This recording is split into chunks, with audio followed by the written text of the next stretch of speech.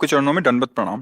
महाराज जी, आज युवा नशे की गिरफ्त में तेजी से बढ़ता जा रहा है। अधिकांश युवा नशे, शराब, सिगरेट, गांजा, स्मैक को अपना ही जीवन मान लिया और उसी से अपना जीवन नष्ट कर रहे हैं। साथ ही धर्म व अध्यात्म, भगवत प्राप्ति से दूर होते जा रहे हैं। महाराज जी, इसका कृपया इसका समाधान करें। कारण यही है जो पीछे आपने बोला ना। इसका कारण यही है, धर्म अध्यात्म से दूर होने पर यही दुर्दशा होती है। जिस समाज में, जिस घर में, जिस व्यक्ति में, जिस देश में अध्यात्म का राज्य नहीं होगा, अध्यात्म का शासन नहीं होगा, शास्त्र और संतों के वचनों का शासन नहीं होगा, वो कोई भी हो, कहीं भी हो, फिर दो ही तो बचे ना, एक माया और एक सतमार्ग। सतमार्ग की ना बात सुननी है, ना सतमार्ग का आदर करना है, ना सतजनों का किसी भी तरह से मन से वर्ण कर। परिणाम क्या होगा? असत चिंतन, असत। तो फिर बुद्धि को कैसे बचाया जा सकता है माया के आकर्षण से? सदैव आप देखिए, अगर विदेहराज जनक जी विराजमान है तो उनके ऊपर सदानंद जी, चक्रवर्ती सम्राट महाराज दशरथ, वशिष्ठ जी बैठे हुए हैं। क्या है? राजनीति के ऊपर धर्मनीति विराजमान है, अध्यात्म विराजमान है। ये मूर्तिमान अध्यात्म है। ऐसा कौन होगा जो वशिष्ठ जैसा अध्यात्म का ज्ञाता हो? वशिष्ठ भगवान स्वरूप है बैठे हुए। देवराज इंद्र त्रिभुवन पति तो भगवान बृहस्पति जी ज्ञान समुद्र उनके ऊपर बैठे हुए हैं। कोई भी आप अपने धर्म के सिस्टम में देखिए, जहां शास्त्र सम्मत, धर्म सम्मत चेष्टाएं होंगी, वही घर सुखी, वही व्यक्ति सुखी, वही प्रदेश सुखी, वही राज्य सुखी।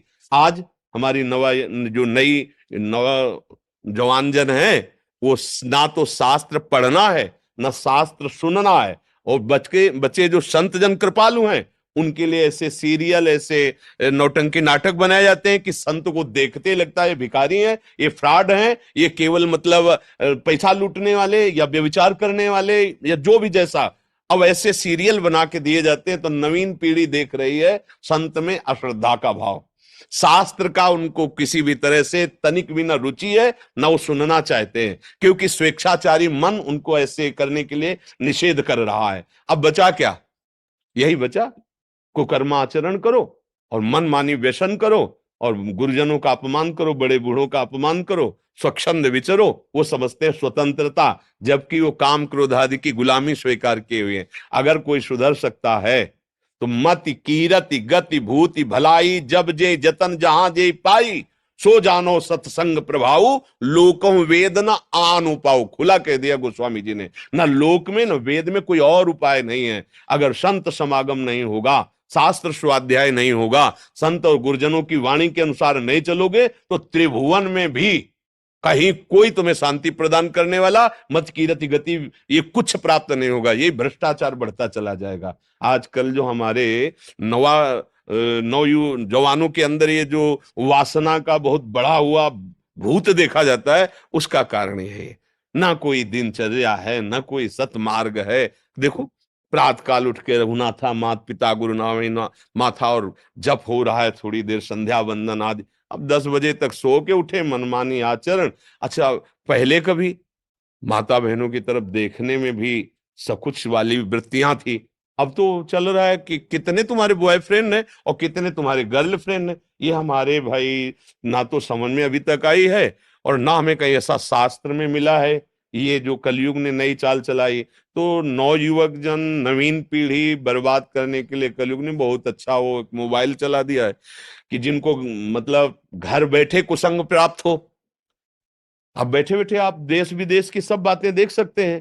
तो नौयुवक हैं, बुद्धि खूब चतुर है और भ्रष्टाचार की तरफ बढ़ती चली जा रही, क्योंकि वो उसको समझ रहे हैं कि ये बहुत अच्छी बातें, बहुत सुख देने वाली बातें। धर्म की बातें तो धर्मात्माओं से मिलती हैं, भगवत बातें तो महात्माओं से मिलती हैं।